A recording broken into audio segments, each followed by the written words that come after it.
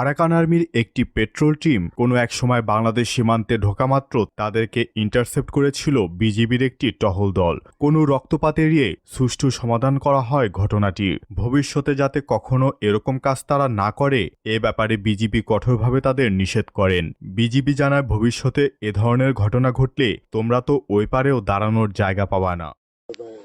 তুমি আসতে পারো না, এটা তো একটা বাজে এক্সাম্পল দিবে। তুমি এই জিনিসটা বুঝতেছো না, তোমার কমান্ডার লেভেলের কিন্তু অনেকটা বাজেট এফেক্ট হবে।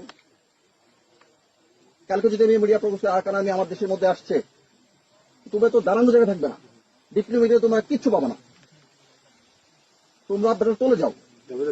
তোমাদেরকে আমি যাওয়ার সেই সুযোগ দিচ্ছি। ঠিক আছে, আমরা এখান থেকে ব্যাক করে দিলাম। বিজিবি সদস্যটি বাংলাদেশের অভ্যন্তরে প্রবেশ করা সশস্ত্র আরাকান আর্মিদের বলছিল, তোমরা তো একটা বাজে উদাহরণ দিলে, তুমি এটা বুঝতেছো না, কিন্তু তোমার কমান্ডার লেভেলে এর